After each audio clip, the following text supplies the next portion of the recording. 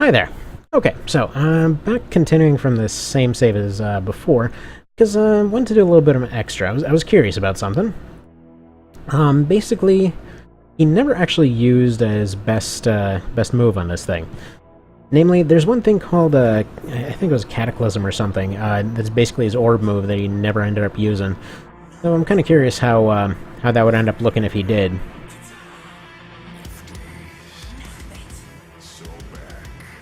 And yeah, obligatory, another Jonathan Young cover in the background. Well, him and Caleb Hiles, but yeah, no, their friggin' covers are the best. But this seemed weirdly fitting.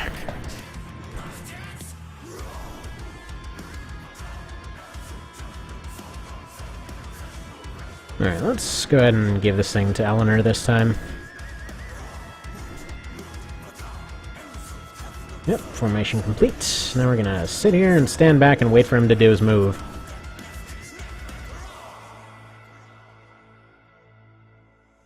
So you think you've got friends in high places?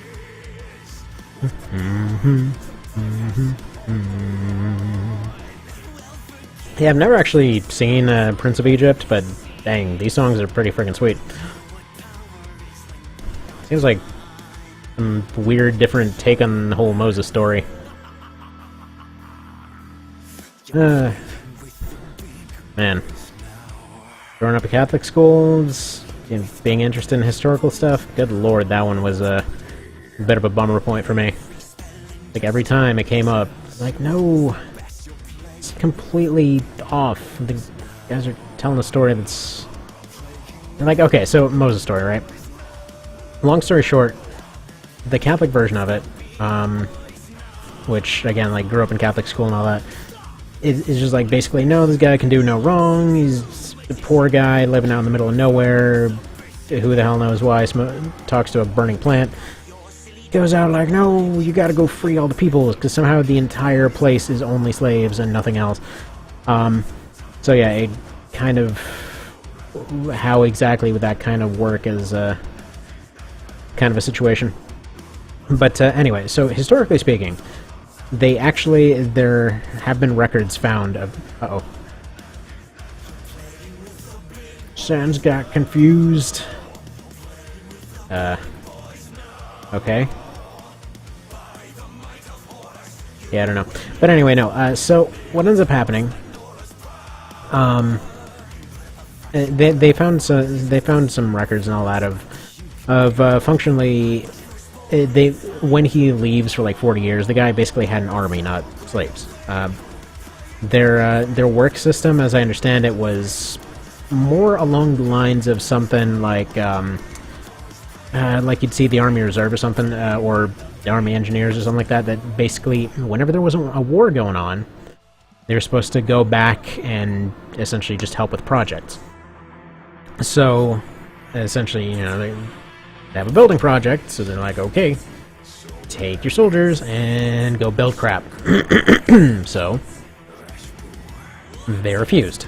And ended up, well, according to the evidence there, so they end up refusing, they leave, they're like, okay, fine, this sucks, but you know, I guess we can't exactly, we don't want to fight you, it doesn't make practical sense to fight you, so just, you know, GTFO, we don't want to deal with yourself here.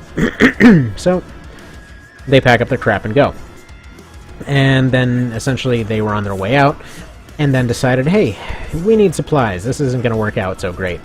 So they sack a couple towns on their way out. And then that was apparently the actual cause of the issue. Like, it wasn't, you know, we're all super greedy, and I'm sure they pretty much were, but still. Like, okay, they sacked a couple towns, that kind of deserved retaliation there. Anyway.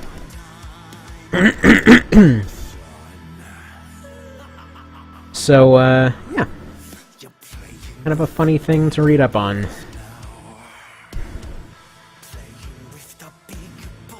Oh, whatever.